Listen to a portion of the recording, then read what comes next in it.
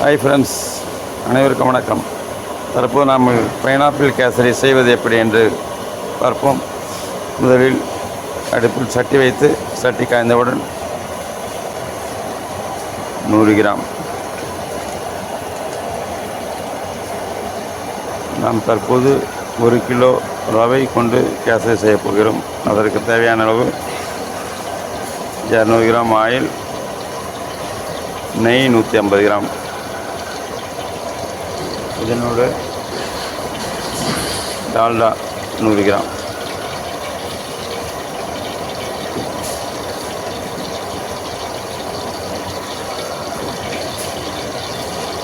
அதனோடு 100 கிராம் திராட்சை, 100 கிராம் முந்திரி பருப்பு.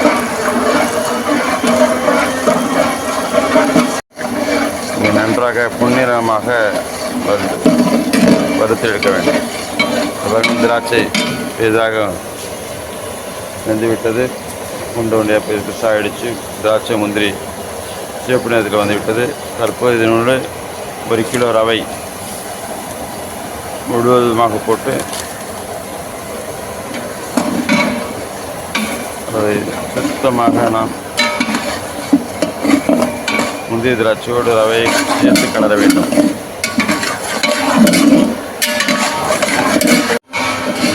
சுத்தணி செய்து தயாராக வைத்துக்கொள்ள வேண்டும். 1 கிலோ ரவை கொண்டு கேசரி செய்ய வேண்டுமானால் நாம் அதற்கு 6 மடங்கு தண்ணீர் எடுத்து சூடுபடுத்தி வைத்துக்கொள்ள வேண்டும். ஒரு அடுப்பில் ரவையும் முந்திரி திராட்சை, ஆயில், நெய், டால்டா விட்டு தயார் செய்து கொள்ளும் போதே இன்னொரு அடுப்பில் சுத்தணி நாம் 1:6 என்ற வீதத்தில் நாம் சுத்தணி ரெடியாக வைத்துக்கொள்ள வேண்டும். இவர்கள் ரவை நன்றாக முந்திரி திராட்சை இந்த ஆயிலோடு சேர்த்து நன்றாக கலரும் போது ரவை நன்றாக உதிரியாக வரும் வரை கலர வேண்டும். அடுப்பு மீதமான சூட்டில் வைக்கும்போது நமக்கு அடிப்பிடிக்காது. நாம் உதிரியாக வர வேண்டும் ரவை, அதுவரை கலந்து கொண்டே இருக்க வேண்டும். ஆயில், நெய், டால்டா அவற்றில் நாம் முந்திரியும் திராட்சையும் சேர்த்துள்ளோம். பிறகு முந்திரி திராட்சை எந்த சிவப்பு நிறத்தில் வெந்தவுடன், பொன்னிறமாக வெந்தவுடன் நாம் ரவை சேர்த்து இது மாதிரி கலந்து கொண்டே இருக்க வேண்டும். நன்றாக உதிரியாகும் வரை ரவை கலரி கொண்டே இருக்க வேண்டும். இப்போ உதிரியாகிவிட்டது. தற்போது பைனாப்பிள்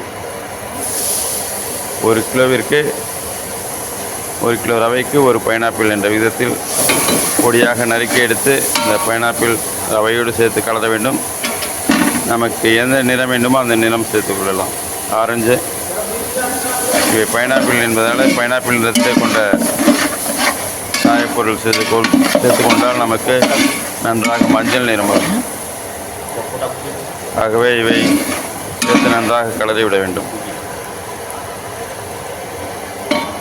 ரவையும் சிறிது நாம் எடுத்து வாயில் போடும்போது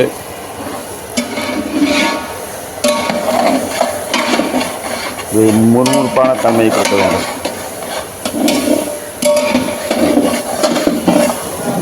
நம் வாயில் ரவை எடுத்து சுவைக்கும்போது ஒரு முறுமுறுப்பான தன்மை வரும்போது ரவை வெந்து விட்டது என்பது நாம் புரிந்து கொள்ளலாம்.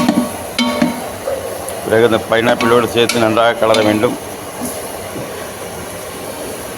வாயில் ரவை போட்டவுடன் கிறிஸ்பியாக இருக்கணும். கிறிஸ்பியாக இருக்கும்போது நாம் பக்கத்து அடுப்பில் வைத்துள்ள தண்ணீர் எடுத்து ஊற்ற வேண்டும்.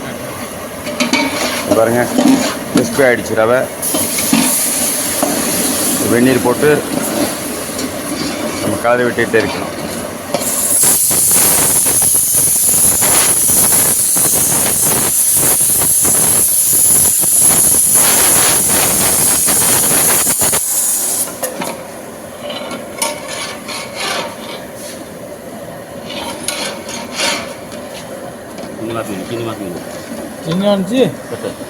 இது பாருங்க, தண்ணியை விட்டு கொண்டே இருக்கணும்.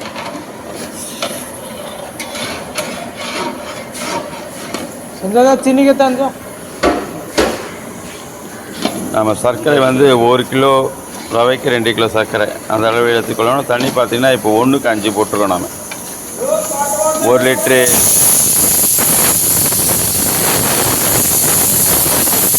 ரவைக்கு 5 லிட்டர் தண்ணீர் என்ற கணக்கு விகிதத்திலே தண்ணீர் விட்டிருக்கிறோம். நன்றாக தண்ணீர் விட்டு கிளறிக்கொண்டே இருக்கும்போது இந்த மாதிரி கெட்டித்தன்மை வரணும். கெட்டித்தன்மை வரும்போது நாம் சர்க்கரையை சேர்க்க வேண்டிய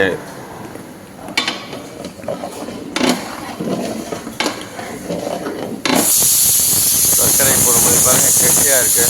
சர்க்கரை போடும்போது இன்னும் கொஞ்சம் அது மெல்ட் ஆகும். மெல்ட் ஆகி தண்ணி வெளியிடும். ஆகவே நாம் 1:5 அந்த மாதிரி தண்ணி போட்டு கலரி கொண்டே இருக்க வேண்டும். இப்போது அந்த கெட்டித்தன்மை வந்துள்ளன. இப்போது என்னோடு நாம் 1 கிலோ ரவைக்கு 2 கிலோ சர்க்கரை என்ற விதத்தில் 2 கிலோ சர்க்கரை சேர்க்கப்படுகிறது. இப்போது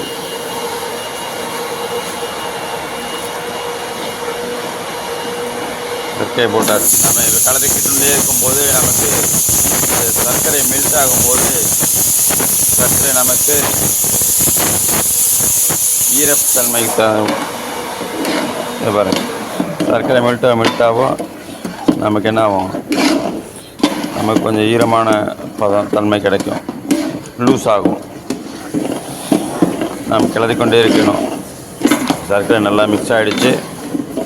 அப்போது நாம் கலரிக்கொண்டே இருக்க வேண்டும். நாம் கரண்டியில் எடுக்கும்போது லூஸ் தன்மை இல்லாமல் சற்று கெட்டியான தன்மை இருக்கணும்.